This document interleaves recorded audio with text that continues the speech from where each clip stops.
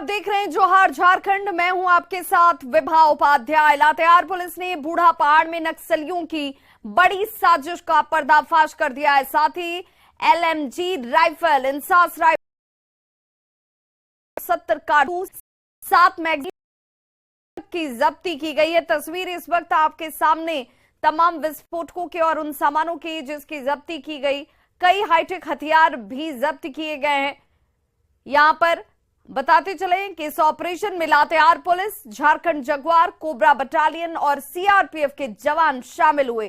साथ ही बूढ़ा पहाड़ के जोग पानी में तलाशी अभियान अब भी चला गया। मात्रा में नक्सलियों के गोला बारूद को जब्त किया गया है और जब्ती के ये तमाम सामान इस वक्त आपके टीवी स्क्रीन पर, जहां पर हाईटेक हथियार भी इसमें शामिल। अभियान के दरमियान जिला पुलिस, सीआरपीएफ 20 और जेजे के द्वारा 2 इंसास, 1 एसएलआर और ये सारे उनके एम्यूनिशन रिकवरी किए गए। आप लोग जानते ही हैं कि जो ऑपरेशन ऑक्टोपस है वो बूढ़ा पहाड़ एरिया में पिछले 2-2.5 महीने से लगातार चल रहा है।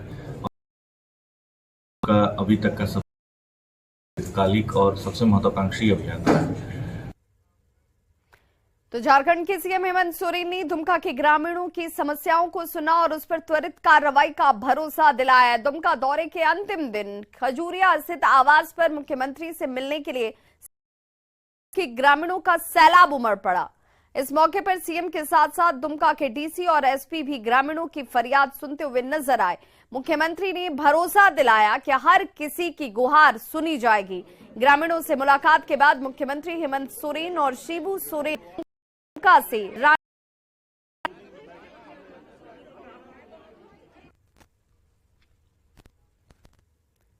वहीं बीजेपी नेता बाबूलाल मरांडी ने मुख्यमंत्री हेमंत सोरेन पर खतियान बिल के नाम पर झारखंड की जनता से धोखाधड़ी करने का आरोप लगाया है। उन्होंने कहा कि खुद राज्य सरकार के विधि विभाग ने बिल में कई खामियां गिनाई हैं। उस समय उन खामियों को दूर कर लिया जाता तो राज्यपाल वो पर हेमंत सरकार खतियान के नाम पर सिर्फ राजनीति करना चाहती है। किसी भी विधायक में अगर कोई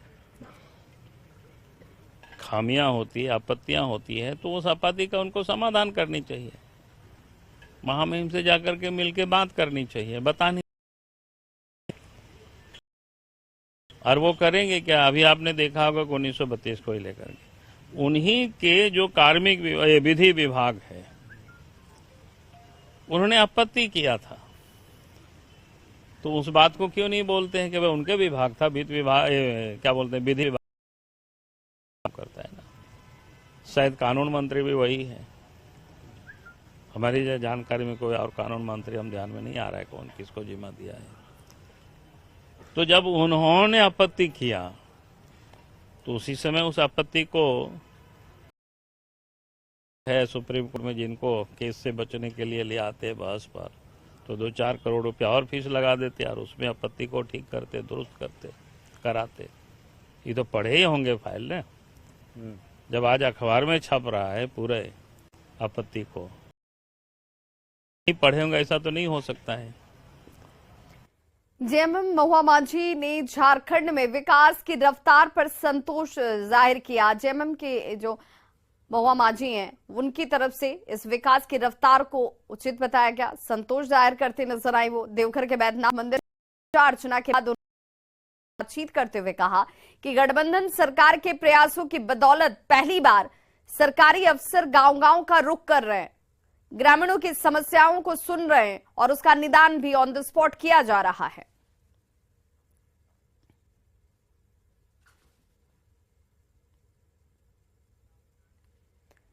रामगढ़ उपचुनाव में की ओर से आज सुनीता चौधरी मैदान में उतरने जा रही हैं। राज्य में आजसू के प्रवक्ता देवशरण भगत ने सुनीता चौधरी की उम्मीदवारी का ऐलान किया। सुनीता चौधरी कल नामांकन दाखिल करने वाली हैं। इस मौके पर बीजेपी समेत तमाम सहयोगी दलों के नेता भी मौजूद रहेंगे। पिछले सुनीता चौधरी थी, जबकि बीजेपी तीसरे नंबर पर थी। सुनीता चौधरी गिरिडीह के आजसू सांसद चंद्रप्रकाश चौधरी की पत्नी हैं।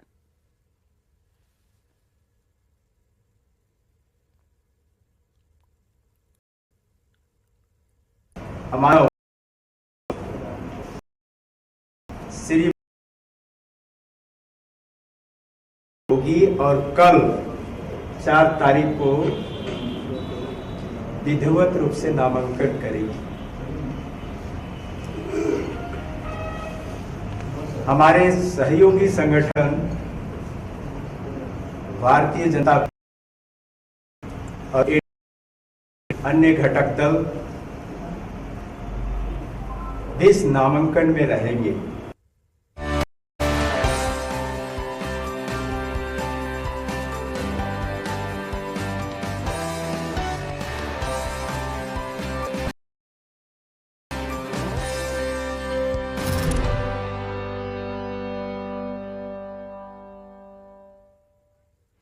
और अब बात करते हैं केंद्रीय गृह मंत्री अमित शाह के देवघर दौरे की।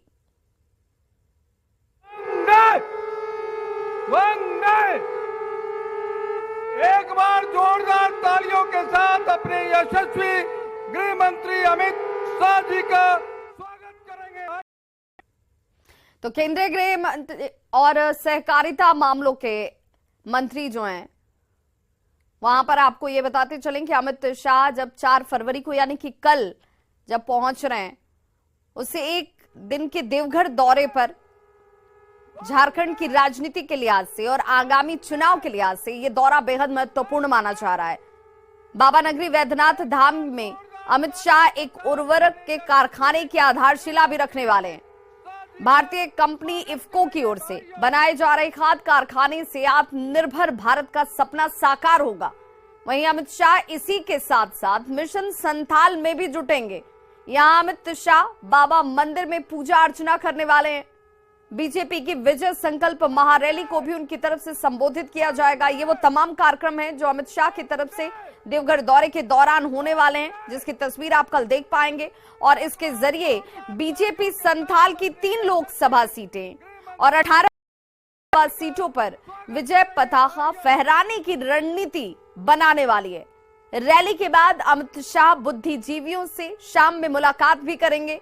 वहीं बीजेपी संवाद कर उनके अंदर जोश भरेंगे।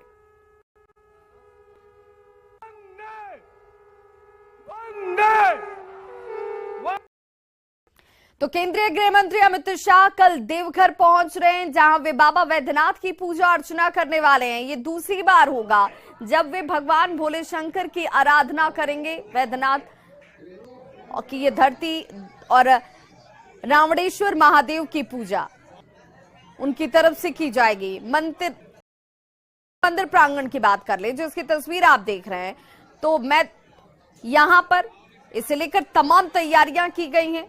मंदिर में तैयारियां जो है वो पूरी हो चुकी हैं। स्टेट पुरोहित ने बताया कि गृह मंत्री के यशस्वी होने की बाबा से प्रार्थना की जाएगी। साथ ही साथ देश सेवा में लगातार काम करते रहने का भी आशीर्वाद दिया जाएगा। मंदिर परिसर से ज्यादा जानकारी दे रहे हैं देवघर संवाददाता मनीष दुबे। और हम लोग सब कामना बाबा बैद्यनाथ से मनाते हैं कि देश का तरक्की हो, विकास हो, और सब निर्विघ्न हो। और बाबा बैद्यनाथ से यही है वह स्वस्थ रहें, दीर्घायु रहें। और मोदी जी के साथ जितने जो हैं, जो देश के हित चाहते हैं, जो देश के रक्षक हैं, हमारे बाबा बैद्यनाथ सबको आशीर्वाद प्रदान करते हैं। स्वस्थ रहें, दीर्घायु रहें और देश का जो है अखंड भारत का जो निर्माण है उनका सपना सब साकार हो। देश के गृह मंत्री अमित शाह 4 फरवरी को देवघर पहुंच रहे हैं। देवघर पहुंचने के बाद वो बाबा बैद्यनाथ मंदिर में पूजा अर्चना करेंगे। इस वक्त हम बाबा बैद्यनाथ मंदिर में हैं। अब आप देखिए कि यहीं पर बाबा बैद्यनाथ मंदिर में गृह मंत्री अमित शाह पहुंचेंगे और बाबा का दर्शन और पूजन करेंगे। इनसे पहले भी एक बार और यहाँ पर गृह मंत्री अमित शाह देवघर पहुँचे हुए हैं और बाबा बैद्यनाथ का पूजा अर्चना भी किए हैं। आपको बताते चले कि षोडशोपचार के साथ जो है पूजा पाठ करेंगे यहाँ पर अमित शाह। उसके बाद यहाँ से ही सीधे जसीडीह के इंडस्ट्रियल एरिया में पहुँचेंगे, जहाँ पर इफ्को के नैनो प्लांट का शिलान्यास भी रखेंगे। तो कुल मिलाकर ये कह सकते हैं हम कि बाबा बैद्यनाथ धाम में जो है तैयारियाँ जोरों से चल रही है गृह मंत्री अमित शाह के आगमन को लेकर। वहीं कल जो है 4 फरवरी को सुबह 8 से 9 बजे से तक जो है श्रद्धालुओं के लिए बाबा बैद्यनाथ मंदिर बंद कर दिया जाएगा। उसके बाद पुनः जब पूजा करके गृह मंत्री यहाँ से वापस जाएंगे तभी आम श्रद्धालुओं के लिए मंदिर खोला जाएगा। मनीष दुबे, न्यूज़ 18 देवघर। तो केंद्रीय गृह मंत्री अमित शाह के देवघर दौरे पर कांग्रेस के प्रदेश अध्यक्ष राजेश ठाकुर ने निशाना साधा। राजेश ठाकुर ने कहा कि सरकारी खर्च का दुरुपयोग करना सही बात नहीं है। कांग्रेस अध्यक्ष ने यह भी कहा कि रामगढ़ उपचुनाव है और उसे लेकर रामगढ़ आना चाहिए था, लेकिन बीजेपी ने रामगढ़ में आंसू के सामने ही घुटने टेक दिए हैं। आ रहे हैं तो कोई बहुत बड़ी बात नहीं हो रही है। उनका काम है, जब भी चुनाव आता है तो वो लोग आते रहते हैं। अब रामगढ़ जाकर के करें ना प्रचार। रामगढ़ नहीं जाएंगे, वो किनारे किनारे से वो करते हैं, तो उसमें कहीं कोई बात नहीं कि रामगढ़ चुनाव के लिए अगर उनको 2-2 बार आना पड़ रहा है और किनारे किनारे आते हैं, रामगढ़ में आ जाएं, उसमें कहीं कोई दिक्कत की बात नहीं है। चूंकि सहयोगी दल लड़ रहा है इसलिए वहां जाएंगे नहीं। तो झारखंड के मुख्यमंत्री हेमंत सोरेन ने गृह मंत्री अमित शाह के दौरे पर कहा कि लुभाना और काम करने में फर्क होता है। वो देश के गृह मंत्री हैं, विकास योजनाओं का शुभारंभ कर रहे हैं, तो ये अच्छी बात है। वहीं बीजेपी नेता बाबूलाल मरांडी ने कहा कि अमित शाह संथाल परगना को कई सौगात देंगे। अगर वो कोई लोक कल्याण ठंडी में वहां पर विकास की योजनाओं का इस तरह का जो आयोजन शिलान्यास उद्घाटन कर रहे हैं, ये अच्छी बात है। देश के गृह और सहकारिता मंत्री श्री अमित शाह जी देवघर आ रहे हैं और देवघर में उस दिन एक तो खाद कारखाना का वो शिलान्यास करेंगे। ये संथाल परगना के लिए बड़ा ऐतिहासिक दिन होगा कल, क्योंकि ऐसे ही देश में खाद की जो बड़ी समस्या होती है बाहर से भी लाना पड़ता है। झारखंड की सांस्कृतिक राजधानी देवघर में कल गृह मंत्री अमित शाह पूजा अर्चना करेंगे और इस मौके पर पूरे मंदिर परिसर को 10,000 गेंदा फूलों से सजाया जा रहा है। साथ ही रजनीगंधा, लिली और गुलाब जैसे फूलों से भी बैद्यनाथ मंदिर की खूबसूरती बढ़ चुकी है। ज्यादा जानकारी दे रहे हैं न्यूज़ 18 संवाददाता मनीष दुबे। केंद्रीय गृह मंत्री अमित शाह कल देवघर पहुंच रहे हैं। देवघर में पहुंचकर बाबा बैद्यनाथ मंदिर में पूजा अर्चना करेंगे। बाबा बैद्यनाथ मंदिर में तैयारियां जोरों शोरों से चल रही है। इस वक्त हम देखिए बाबा बैद्यनाथ मंदिर के बाहर परिसर में हैं और यहां पर कई फूलों से जो है मंदिर को जो सजाया जाएगा उसकी तैयारी चल रही है। लगभग 10,000 लरी जो है गेंदा फूल की है, साथ ही साथ कई आर्टिफिशियल फूल हैं, गुलाब है, रजनीगंधा है, लिली है और भी बहुत सारे फूल जो है यहाँ पर लगाए जाएंगे मंदिर में, जिसको लेकर ये सभी जो कर्मचारी हैं यहाँ पर तैयारियों में जुटे हुए हैं। यहाँ पर जो लोग हैं उनसे जानते हैं कितना क्या क्या फूल है, कैसे मंदिर को सजाएंगे। ये रजनीगंधा, गुलाब और गेंदा फूल कलर बाय कलर है, आर्टिफिशियल में सब मिला जुला के मिक्स फ्लावर सारे मिला करके 2200 मंदिर का सजावट किया जाएगा। कब तक आपको पूरा करना है? सुबह 4 बजे तक। सुबह 4 बजे तक पूरा करना है। अभी सही तैयारी में लगे हैं? जी। कितने आदमी लोग लगे हुए हैं काम में? ये 25 से 25 20 22 25 20-25 आदमी। हाँ। क्या नाम हुआ आपका? उमेश रमानी।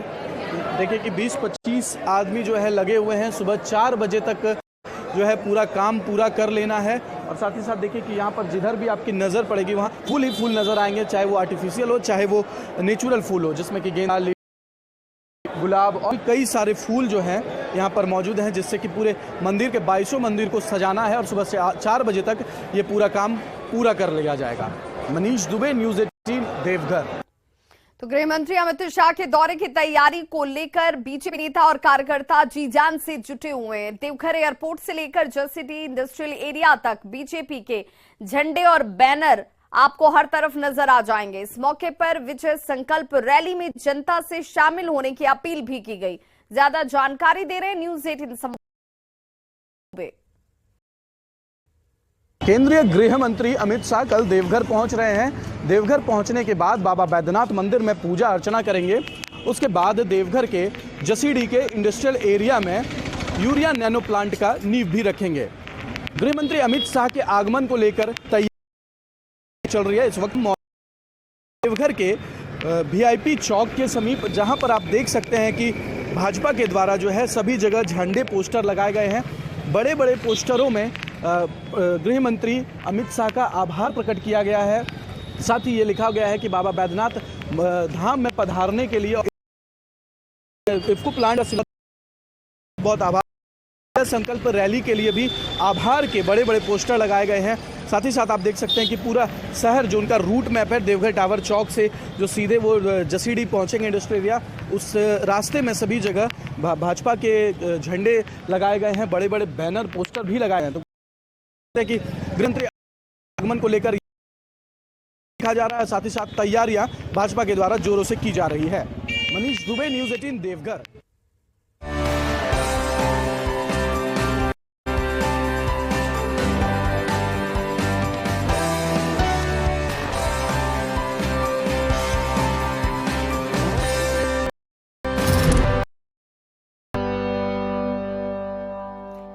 धनबाद के कुमार धोबी में रेलवे की ओर से जमीन अधिग्रहण की प्रक्रिया शुरू हो चुकी है। आसनसोल के रेल अफसरों ने मैथन मोड़ से मेढ़ा रेल लाइन के दोनों तरफ 140 मीटर के एरिया में पिलर गाड़ने का काम शुरू कर दिया है। इससे नाराज ग्रामीणों ने जमीन अधिग्रहण रेल अफसर को वापस लौटना पड़ा है। दरअसल कुमार धोबी आसनसोल रूट पर कॉरिडोर के निर्माण के चलते रेलवे की तरफ से जमीन अधिग्रहण की प्रक्रिया चल रही है और हजारों ग्रामीणों के सिर से छत छीनने का खतरा अब इसे लेकर पैदा हो गया है। नापी हुआ अभी 160 फीट करीब और अभी जो है लगभग 400 फीट पर रेल जो है पिलर गाड़ रहा है। तो हम लोगों के बीच में एक दुविधा की स्थिति है निश्चित रूप से। जो कितना रेल का जमीन जितना है जरूरत है, जितना में आपका काम हो जाए उतना, ताकि लोगों को परेशान मत कीजिए। समझ में नहीं आ रहा है कि रेलवे का जमीन कितना दूरी तक है। लोगों के बीच में आकर के क्लियर करना चाहिए। जब आपका सलीका और काली मंडा तरफ 40 मीटर में रेलवे का काम हो सकता है, 16 मीटर का क्या मतलब है? मेरा मांग यही है, हम लोगों का, यहाँ के लोगों का यही मांग है कि 40 मीटर के दायरे में जब काम हो रहा है तो पूरा यहाँ से वहाँ तक जो है 40 मीटर लिया जाए। जमशेदपुर के उलेडी में भारत फाइनेंस कार्यालय में बीती रात डकैती गया। 5 की संख्या में आए अपराधियों ने कार्यालय का दरवाजा खुलवाकर वहां रखे हुए 13 लाख रुपए लूट लिए। घटना को अंजाम देने के बाद अपराधी यहां से फरार हो जाते हैं। सूचना पाकर पुलिस मौके पर पहुंची और आसपास लगे हुए अब सीसीटीवी फुटेज को खंगाला जा रहा है। फिलहाल छानबीन जारी, जायजा लिया संवाददाता प्रभंजन ने। तो हम लोग को कुछ पता नहीं है, अभी हम आए तो बताया कि यहाँ पर कुछ डकैती हुआ। नहीं, लोन का पैसा लेने के लिए आए थे। हमारा आईडी का पैसा भी जमा था, वो भी लेने आए थे। लोन का पैसा भी लेने आए थे। जमशेदपुर के NH33 भारत फाइनेंस कंपनी में करीबन 13 लाख की डकैती का मामला सामने आया है। फाइनेंस कंपनी के बारे में रात करीबन 11 बजे, जैसा कि फाइनेंस कंपनी के कर्मचारियों ने बताया कि बीते रात करीबन 11 बजे वहां पर एक अपराध कर्मी पिस्तौल का भय दिखाकर उन्होंने दरवाजा खुलवाया और फिर उसके बाद 5 अपराध कर्मी उस कंपनी के अंदर घुसे और 13 लाख की लूट की घटना को अंजाम दिया है। इस मामले की छानबीन कर रही है। आज भारत फाइनेंस कंपनी बंद है, लोग वहां पहुंच रहे हैं, लौट रहे हैं। फिलहाल पुलिस सीसीटीवी कैमरे के आधार पर जांच में जुटी है। प्रभंजन कुमार, न्यूज़ 18 जमशेदपुर।